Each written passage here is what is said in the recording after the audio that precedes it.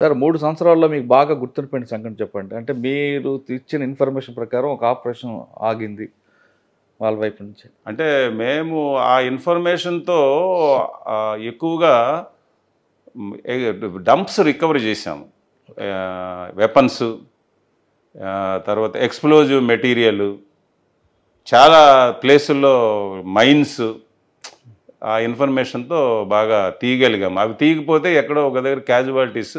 Exchange of fire ఎక్కడ జరగలేదు? Exchange of ఫైర్లు జరిగాయి, చాలా దగ్గర జరిగాయి. ఒకటి కాదు, 4-5 దగ్గర జరిగాయి. కోరుకొండ దగ్గర జరిగింది, తరువాతను చింతపల్లి దగ్గర జరిగింది. 3 ఎక్స్చేంజ్ ఆఫ్ ఫైర్లు జరిగాయి. ఎక్కడ ఎన్కౌంటర్ జరగలేదు నా టైంలో.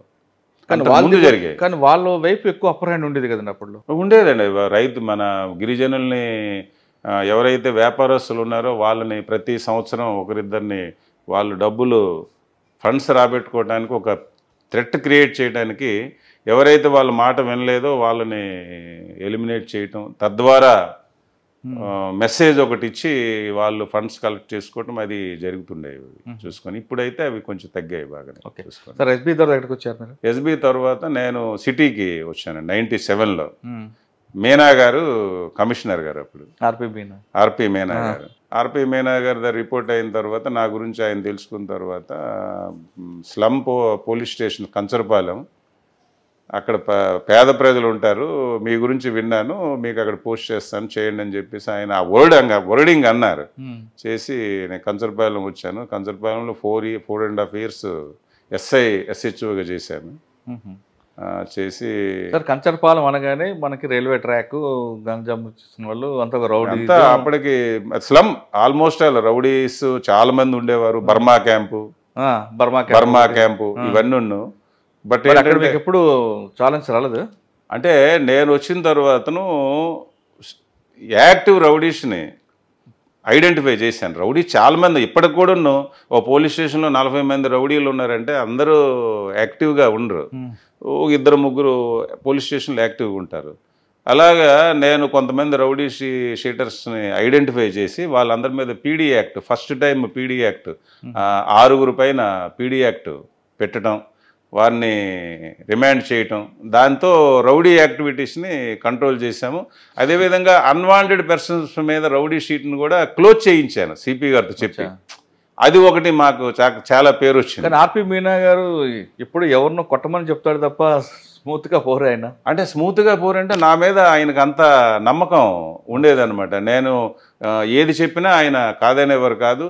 రెండవది ఏంటంటే నేను ఎక్కువగా ఎఫ్ఐఆర్లో రిజిస్టర్ చేయడానికి ప్రిఫర్ చేసేవాడిని కాదు. ఏదో అఫెన్స్, హీనస్ అఫెన్స్ అయితే తప్ప అదర్వైజ్ నేను ఎఫ్ఐఆర్ వరకు వెళ్ళేవాడిని కాదు. 2 పార్టీలను పిలిచి, పెద్దలను పిలిచి కాంప్రమైజ్ చేసి పంపించేవాడిని. దానివల్ల నాకు ఏరియాలో మంచి పేరు, అందరి దగ్గర గుడ్ విల్ వచ్చింది. ఎందుకంటే పెద్దలను కూడా ఇన్వాల్వ్ చేసి పార్టీని, ఈవెన్ ప్రెస్ మీడియాలో ఇది రాజీల్ పోలీస్ స్టేషన్ అని రాశారు. రాజీల్ పోలీస్ స్టేషన్ రాస్తే అందరినీ పిలిచాను ఒకరోజు.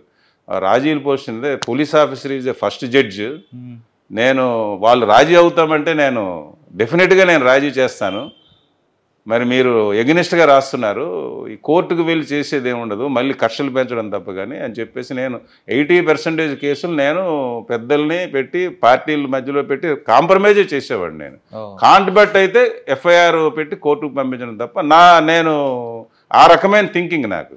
కానీ మీరు ఎక్కువ రోడ్ల మీద వాయించేవారట కదా? అది ఇప్పుడు ఐడెంటిఫైడ్ బ్యాడ్ ఫెలోస్ని పోలీస్ స్టేషన్ బయట తీసుకొచ్చి ఆ రోజుల్లో అందరూ చూడాలి బ్యాడ్ ఫెలోస్కి. ఎందుకంటే ఒకటి గుర్తుపెట్టుకోండి, ఏరియాలో చాలామంది బ్యాడ్ ఫెలోస్ మీద కంప్లైంట్ చేయడానికి కానీ దానికి ముందుకు రాలేరు.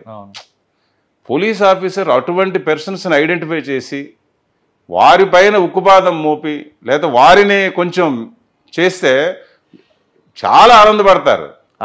వాడు కూడా ఏరియాలో చూసారు, వాడు పిన్ డౌన్ చేయటం అనమాట. నేను ఆ రకంగా చేసేవాడిని అనమాట. ఎక్కువగా ఏరియాలో పలానా వాడి వల్ల భయం ఉందంటే వాడిని తీసుకురావటం, ప్రజల ఎదురుగానే వాడిని పిన్ డౌన్ చేయటం చేసినందువలన కంచరపాలెంలో అంటే అప్పుడు ప్రజలు కూడా హర్షించేవారు కదండి. హర్షించేవారు. ఇప్పుడైతే ఎవరిని కొట్టలేం కదా. ఆ రోజుల్లో మరి పోలీస్ స్టేషన్ బయట జనాలు చూడాలి, బ్యాడ్ ఫోలేని పోలీసు అసాల్ట్ చేశారని తెలియాలనే ఉద్దేశంతో బయటకు తీసుకొచ్చి చేసేవాళ్ళం. ఇప్పుడు ఇట్ నాట్ పాసిబుల్. సార్ అప్పట్లో మీరు ఆ పనిష్మెంట్తో పాటు ఎక్కువగా సోషల్ పనిష్మెంట్ ఇచ్చేవారట మీరు కంచరపాలెంలో రౌడీలకి. అంటే రోడ్డు ఉడిపించడం, నేను తప్పు చేశాను నన్ను క్షమించండి అని మెడలో బోర్డు వేయడం. అది కరెక్ట్ కాదులేండి. అది ఎప్పుడు నాకు తెలిసినంత వరకు నేను రోడ్డు బట్టలు లేకుండా కొట్టడం అయితే నేను కొట్టేవాడిని, కానీ ఆ రకమైన మీ స్టేషన్లో మీ లిమిట్స్లో ఎవరైనా రౌడీ కానీ ఎక్కువ జుత్తు ఉన్నా సార్ ఒప్పుకునేవారు కాదట కదా? అంటే కొంచెం నేను వాళ్ళకి చెప్పేవారు, ఏంట్రా అది మీ బిహేవియర్ అని. ఎందుకంటే ఒకరోజు కోర్టులో ఒక మర్డర్ కేసులో ట్రయల్కి వెళ్ళాను. ట్రయల్ అబ్జర్వ్ చేయడానికి వెళ్తే అందులో 7 ముద్దాయిలు మన సినిమాలో చూసినట్టు వాళ్ళు బిహేవియర్ అంటే డ్రెస్ ప్యాటర్న్ కానీ హెయిర్ స్టైల్ కానీ చూస్తే నాకు కొంచెం బాధ అనిపించింది. కోర్టు మీద కూడా వీళ్ళకి గౌరవం లేదు, ట్రయల్లో కూడా ఇలాగొచ్చారని చెప్పేసి ఆ తర్వాత అందరినీ పిలిచి వార్న్ చేయటం జరిగింది. అందరూ అని ఆ రకమైన వాళ్ళు నెక్స్ట్ కనబడేటప్పుడు కొంచెం నీట్గా ఇది 1 టౌన్లో చేశాను, అప్పుడు కూడా ఆ రకంగా పిలిచి చెప్పేవాడిని, నీట్గా చేసుకోకపోతే మీ మీద బ్యాడ్ వ్యవహారం వస్తుంది, మీరు దృష్టిలో పడిపోతారు పోలీస్ దృష్టిలో అని చెప్పడం అది ఉండేది. సార్ కంచరపాలెం తర్వాత అండి 1 టౌన్కి వెళ్ళాను. 1 టౌన్ కూడా ఆల్మోస్ట్ అది కూడా స్లమ్ పోలీస్ స్టేషన్, రైల్వే వీధి, జాలర్ వీధి, అక్కడ కూడా 1 ఇయర్ చేశాను. అందరితో అంటే పబ్లిక్లో పెనిట్రేట్ అయ్యేవాళ్ళం. అందుకని ఎక్కడ కూడా ఉండేటంటే పబ్లిక్ తగు వచ్చిందంటే పార్టీ వాళ్ళ పెద్దలను పిలవటం, కాంప్రమైజ్ చేయటం చేసినందువల్ల నాకు చాలా సాటిస్ఫాక్షన్. అంటే కేసులు పెట్టి ఏదో అరెస్ట్ చేసేసాను కాకుండా ఇద్దరిని కాంప్రమైజ్ చేసి పంపిస్తే నేను చాలా హ్యాపీ ఫీల్ అయ్యేవాడిని. అది నేను పోలీసులో మొత్తం నా ఎంటైర్ కెరియర్లో కాంప్రమైజ్ అయ్యి వెళ్తేనే నేను ఎక్కువ సాటిస్ఫై అయ్యేవాడిని. అది కరెక్టే, అది కూడా కక్షలు పెంచుకోవడం తప్ప ఏముండదు. కోర్టుకు వెళ్తే పనిష్మెంట్. ఇప్పుడు లోక్ అదాలత్ అంటున్నారు, కోర్టే కాంప్రమైజ్ చేయమంటుంది. అది ఫస్ట్ పోలీస్ ఆఫీసరే ఈ రికార్డ్ డెవలప్ చేసుకోవటం, లేకపోతే వాళ్ళని రిమాండ్ చేయటం, లేకపోతే వాళ్ళు డబ్బులు ఖర్చు పెట్టించడం కాకుండా మనమే రాజీ చేసాం అనుకోండి ఇనీషియల్ స్టేజ్లో హ్యాపీగా ఉంటారు. అంటే అప్పుడు జరిగింది కానీ ఇప్పుడు జరగట్లేదు. ఇప్పుడు కొంచెం కష్టం.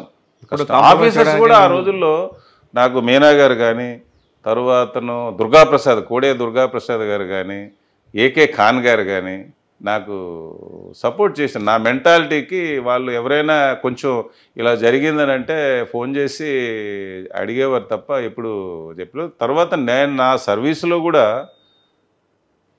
సబార్డినేట్స్ ఎవరికి నేను ఒక మెమో ఇవ్వలేదు, ఒక పనిష్మెంట్ గురించి ప్రపోజ్ చేయలేదు.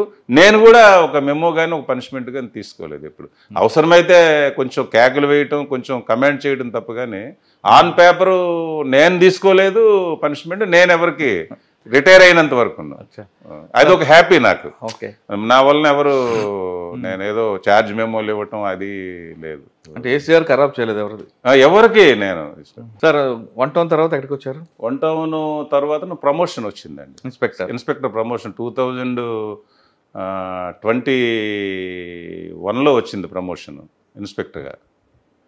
వచ్చిన తర్వాతను విజిలెన్స్ అండ్ ఎన్ఫోర్స్మెంట్ చేశాను. వైజాగ్లో 5 years చేశాను సిఐగా. విజిలెన్స్లో ఎన్ఫోర్స్మెంట్ 2021లో వచ్చింది కాదనుకుంటాను, 2001లో వచ్చి ఉంటుంది. 2002లో వచ్చింది. 2002లో వచ్చింది. 2011లో డిఎస్పీ అయ్యాను. విజిలెన్స్ ఇన్స్పెక్టర్ ఎక్కడ? విజిలెన్స్ ఓన్లీ వైజాగ్లోనే ఇన్స్పెక్టర్ చేశాను. సార్ మీకు ఎంత పవర్ ఉంది కదా మీ అన్నయ్యలు మినిస్టర్స్, మరి మీరు లా అండ్ ఆర్డర్ ఎందుకు తీసుకోలేదు? అంటే లా అండ్ ఆర్డర్ సిఐ వరకు చేశాను. ఎక్కడ చేశారు? సిఐ వరకు మరి కంచరపాలెం పోలీస్ స్టేషన్లో మళ్ళీ again 2.5 years law and order SHO చేశాను. ఓకే, ఒక్కటే. సాంబశివరావు గారు, రవిప్రకాష్ గారు ఇక్కడ సిఐగా ఉండేవారు. డీసీపీ ఉంటుంది సిఐ. ఇప్పుడు మొన్న భీమవరం ఎస్పీఐ రిటైర్ అయ్యాడు కదా. ఓకే, రవిప్రకాష్ గారు. ఆయన by that time CI law and order Kancharapalem. మరి ఆయన సాంబశివరావు గారు ఆయన్ని తీసేసి నన్ను అక్కడ ఎస్హెచ్ఓ, కాంగ్రెస్ గవర్నమెంట్లో నన్ను అక్కడ ఎస్హెచ్ఓగా పెట్టారు. అది గ్రేట్నెస్ ఆఫ్ సాంబశివరావు. తర్వాత అప్పుడు ఎమ్మెల్యేలు 3 కూడాను నా వ్యక్తిత్వాన్ని బట్టి వాళ్ళు ఎవరు అపోజ్ చేయలేదు. ఎవరు మల్లా విజయప్రసాద్ గారు కానీ, మన ద్రోణమరాజు శ్రీనివాసరావు గారు, అది తైనాల విజయ్ కుమార్ గారు. అంటే నా కంచరపాలెం ఏరియా 3 ఎమ్మెల్యేల పరిధికి వస్తుంది. వాళ్ళు ఎప్పుడు నాతో ఏదైనా సమస్య ఉంటే చక్కగా, అంటే నేనేదో ఎర్రంనాయుడు గారి బ్రదర్ అనో ఇంకోటి కాకుండా ఏదో పోలీస్ ఆఫీసర్గా వాళ్ళు నాతో. అంటే సాంబశివరావు గారు కమిషనర్ గారు ఉన్నప్పుడు, కమిషనర్గా సార్ కమిషనర్ గా సాంబశివరావు గారు ఉన్నప్పుడు ఆయన దగ్గర ఏం నేర్చుకున్నారండి? ఆయన టిపికల్గా ఉంటారు, ఆయన నవ్వుతారు, ఆయన వర్క్లో కాంప్రమైజ్ ఉండదు, ఆయన ఎంజాయ్మెంట్లో కూడా ఆయన చాలా బాగా ఎంజాయ్ చేస్తాడు. ఏదో 24 hours ఆయన ఆఫీసులో ఉండి పని చేయాలి అది ఇది అని కాకుండా పని ప్రాంప్ట్గా పని అయిందా లేదా, పెర్ఫెక్ట్గా ఉందా లేదా అని చూస్తాడు తప్ప నువ్వు ఎంత టైము ఏంటి అనేది ఆయనలో ఉన్న ప్లానింగ్. రెండవది ఏంటంటే కన్స్ట్రక్షన్ ఫీల్డ్లో బిల్డింగ్ ప్రాపర్గా ఉందా లేదా అనేది దాని మీద ఎక్కువగా ఆయన ఈ ఇంజనీర్ కదా, ఎక్కడ కూడా చూసి బాగలేదు ఏదో అని కన్స్ట్రక్షన్ మీద ఎక్కువ డిస్కషన్.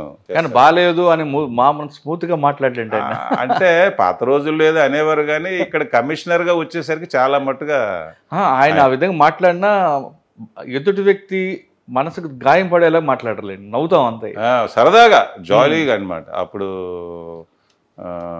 చాలా ఆయన దగ్గర హ్యాపీగా చేసాం. ఆయన దగ్గరే కాదు, నేను సిపిలో చాలా మంది దగ్గర చేశాను, ఎక్కడ కూడా ఫ్రీడమ్ ఇచ్చారు, హ్యాపీగా చేయగలిగాను.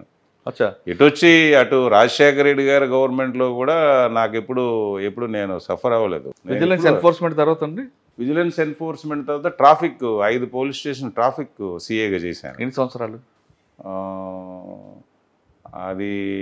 అది ట్రాఫిక్ సిఏగా చేసి 2.5 years చేశానండి.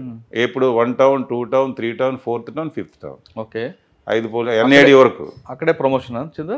తర్వాత కంచరపాలెం సిఐకి వెళ్ళాను. మధ్యలో ఒక 6 నెలలు కోస్టల్ సెక్యూరిటీకి వెళ్ళాను, మెరైన్. అవును, తర్వాత కంచరపాలెంలో మళ్ళీ నాకు 2011 జూన్లో డిఎస్పీ వచ్చింది.